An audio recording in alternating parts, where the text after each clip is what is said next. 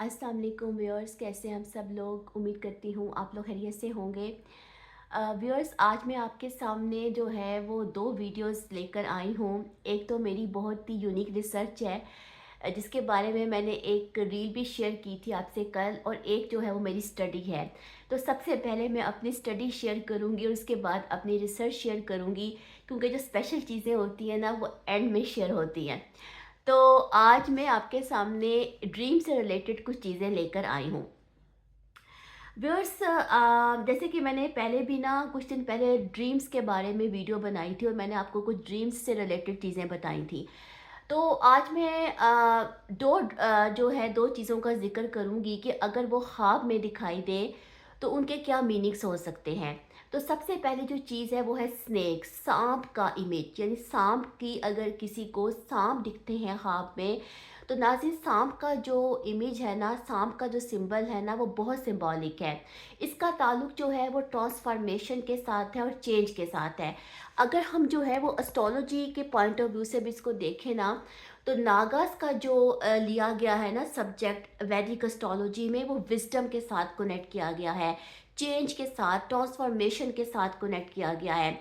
तो अगर किसी को ख्वाब में सांप दिख रहे हैं, ठीक है, तो इसका मतलब ये हो सकता है कि उस शख्स की ज़िंदगी में कोई मेजर चेंज आने वाला है। और दूसरा इसका एक और मतलब भी है व्यूअर्स, क्योंकि डिपेंड ये करता है कि इंसान जो है जिसको के ख्वाब में सांप दिखते हैं, वो किस किस्म की सिचुएशन से गुजर रहा है। समटाइम्स सांप का जो फिगर या सांप की जो इमेजरी होती है, वो सडक्शन के साथ भी कनेक्टेड है, लस्ट के साथ भी कनेक्टेड है, टेम्पटेशन के साथ भी कनेक्टेड है। ऐसे लोग जो अपनी लाइफ में किसी टेम्पटेशन का शिकार हों या वो किसी किस्म की लस्ट में मुब्तला हों, तो समटाइम्स ऐसे लोगों को भी अपने ख्वाबों में जो है ना वो सांप दिखने लग जाते हैं। क्योंकि इसके पीछे जो है वो जो है एक रिलीजियस फैक्टर है, क्योंकि जो शैतान था, जो सैटन था, उसने एक स्नेक की शक्ल में भी जो है वो जन्नत में आदम और हवा को बहकाने की कोशिश की थी। ठीक है, तो इसके साथ जो है वो एक टेम्पटेशन का भी जो है वो सिंबल लिया जाता है। अच्छा, और तीसरी चीज़ ये है व्यूअर्स, कि सांप जो है वो हीलिंग के साथ भी कनेक्टेड है। सांप जो है वो एनर्जी के मंबा भी होता है, क्योंकि सांप एक बहुत ही, उसका जो पॉइजन होता है आपको पता ही है कि वो क्या होता है, ठीक है। तो एक लिहाज से सांप का जो ताल्लुक है वो हीलिंग के साथ भी है, क्योंकि सांप की एनर्जी से या सांप के पॉइजन को बहुत सारी जो है वो मेडिकेशंस में भी इस्तेमाल किया जाता है, ठीक है, कई थेरेपीज में इस्तेमाल किया जाता है। तो सांप का जो देखना है वो बहुत सारे लेवल्स पर जो है वो काम करता है। डिपेंड करता है कि इंसान जो है वो उस वक्त किस सिचुएशन से गुजर रहा है। समटाइम्स ये आपके वैल्यू सिस्टम में कोई चेंज को लेकर आता है, जो अखलाकी इक़दार होती है इंसान की। जैसे मैंने आपको पहले बताया कि इसका ताल्लुक जो है वो टेम्पटेशन के साथ भी है। दूसरा जो है वो है रैट, चूहे। अगर किसी को ख्वाब में चूहे दिख रहे हैं, तो चूहों का जो इमेज है, it is connected with destruction और इलनेस, यानी कि ये तबाही और जो बीमारी होती है उसके साथ कनेक्टेड है। क्योंकि माजी जो है, माजी में या हिस्ट्री हमें ये बताती है कि एक बीमारी फैली थी तारीख में, जिसको कहते हैं प्लेग। ताउन की वबा जो फैली थी वो चूहों की वजह से फैली थी, जिसने बड़ी तबाही मचाई थी। तो चूहों का जब भी जो है वो किसी को ख्वाब में दिखते हैं, तो वो एक डिस्ट्रक्शन का बायस होते हैं। इसके अलावा चूहे जो है नाजरीन, उनका ताल्लुक जो है वो लॉस ऑफ इनोसेंस के साथ भी है, लॉस ऑफ ग्रेस या लॉस ऑफ रेपुटेशन के साथ भी है।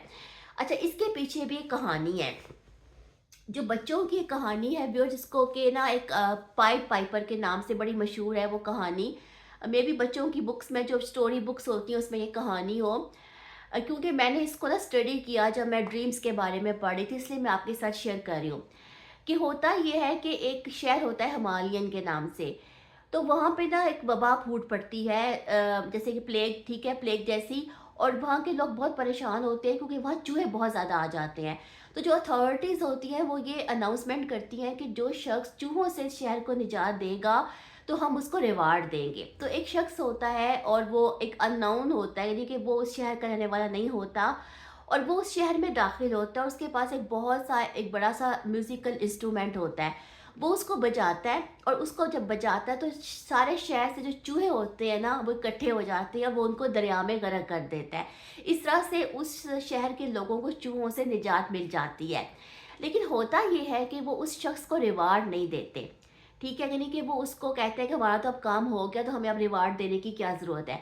इस पर वो सज़ा देने के लिए उस शहर के लोगों को, बच्चों को इकट्ठा करता है, यानी वो उसी ट्यून पर जिस पे उसने चूहों को इकट्ठा किया है वो ट्यून बजाता है, जिसके पास इंस्ट्रूमेंट होता है, बड़ा सा एक पाइप होता है एक बाजे की तरह का, वो उसको बजाता है और सारे शहर के बच्चों को इकट्ठा करके उनको केव में बंद कर देता है। बाद में है फिर जब शहर के लोग ये देखते हैं तो वो फिर उसको रिवार्ड देते हैं उसका, तब वो उनको निजात मिलती है इस चीज़ से। कहने का मकसद ये है व्यूअर्स कि ये एक लिहाज से बच्चों का केव में बंद हो जाना और चूहों का ख्वाब में देखना लॉस ऑफ इनोसेंस को दिखाता है। किसी चीज़ का खो जाना, कोई मासूमियत, कोई ग्रेस, कोई रेपुटेशन, ठीक है। तो चूहे जो होते हैं वो मेनली इस चीज़ को शो करते हैं।